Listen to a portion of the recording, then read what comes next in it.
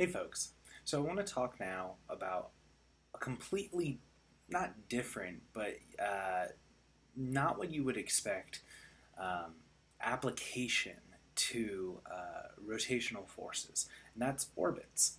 So orbits are when we have some sort of gravitational attraction between two objects, and they kind of dance around each other. The moon is in orbit with the Earth. You could say really that the moon and the Earth are in orbit around each other. I think it's probably a better way of saying that. But orbits don't have to just be celestial bodies. They can be small satellites as well. If we were in lecture, I would bring up the little imaginary experiment, thought experiment from my lecture notes, which picture this. Imagine the year is 3301. You land on a large asteroid with your friends to play a friendly game of baseball, this relic of a game from millennia ago.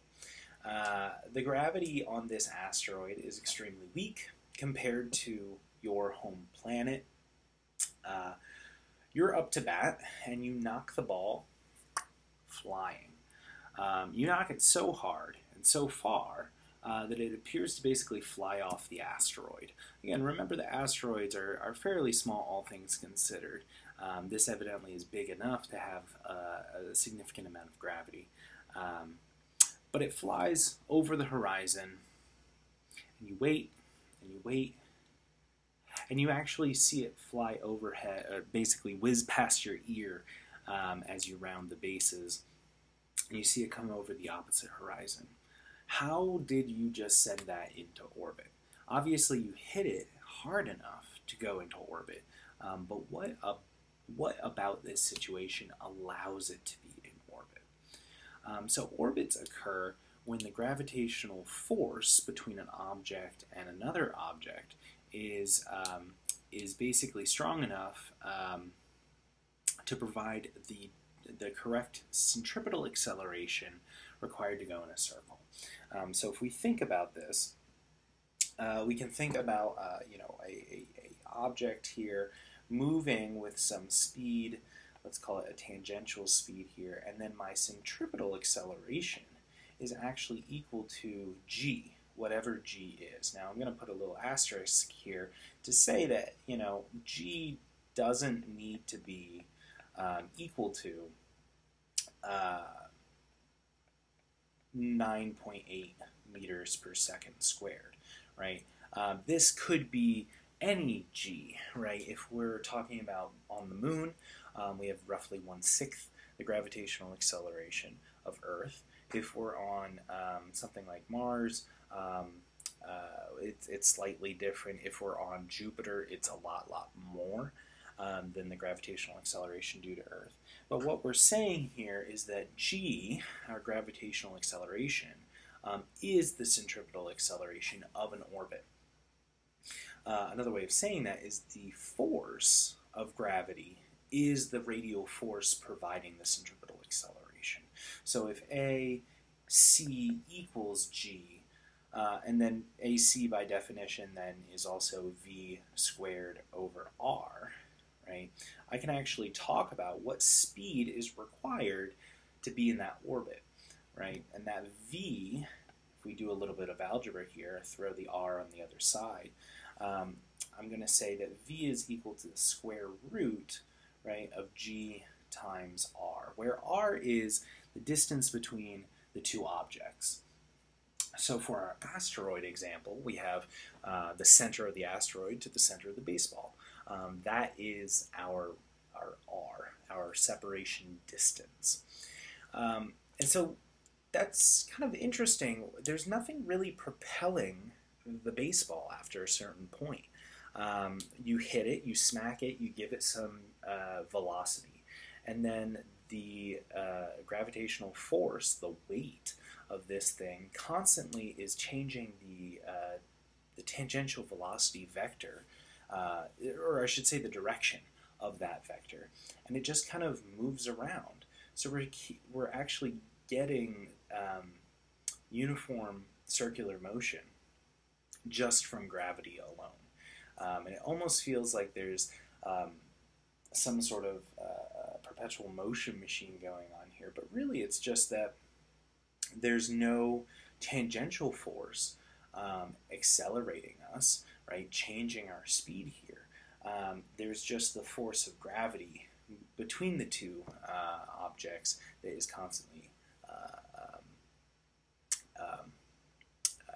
changing the direction. Sorry. So what we can say is, yeah, this baseball on Earth would just kind of fall down, right? Because G is presumably a lot bigger on the Earth than it is on this asteroid. But even on this asteroid, it is really just falling. It's just falling forever, right? It constantly is accelerating down. It's constantly, or I should say, it's constantly accelerating inward. And it's just kind of falling down forever. If we think about the ISS kind of orbiting the Earth, I don't know what planet this is. It's not really the Earth, but if we think about it's orbiting the Earth, really, it's in a very, very tight orbit around this Earth. The altitude, let's call it R prime. The altitude from sea level is roughly 408 kilometers, which is a lot. Don't get me wrong, it's a lot. It's in space, right? But the radius of the Earth plus what we're calling R prime here is actually equal to 6,779 kilometers. So we're talking about a difference of about 6%. Right, we're adding about 6% to the Earth's radius, right? When we talk about the additional altitude, the ISS, the International Space Station, and when you work through Newton's law of gravity, which we kind of teased a couple weeks ago, you actually find that the G, and I'll call it G prime up there, is equal to 8.7 meters per second squared. And this is, again, a thing that we've talked about, but it's also something that you can prove, that gravity still exists in the ISS. They are not weightless per se. What you're feeling as you're weightless is this perpetual falling, right? The entire space station is falling at the exact same rate that you are. And so if there's no net interaction forces between them, because there's no net there's the same net acceleration downward, you're basically just weightless, right? And so this is the weightlessness that we feel. It's not that G is zero up there.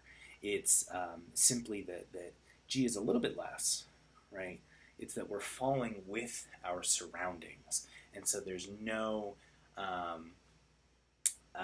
there's the perceived kind of weight then is zero, right? It's hard to have normal forces on each other.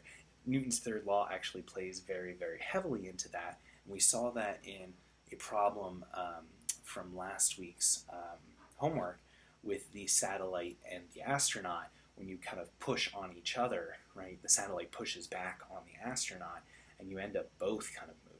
So anytime an astronaut pushes off the wall of the ISS, there's a small movement of the ISS.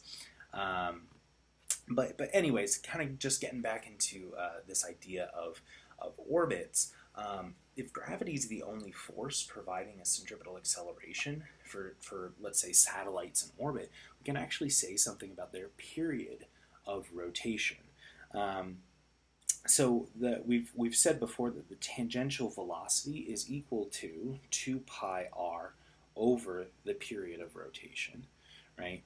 I can kind of rearrange that pretty easily. The period of rotation is 2 pi r over the tangential velocity. But we just said something about the tangential velocity in orbit. We said that the force providing the centripetal acceleration is just gravity.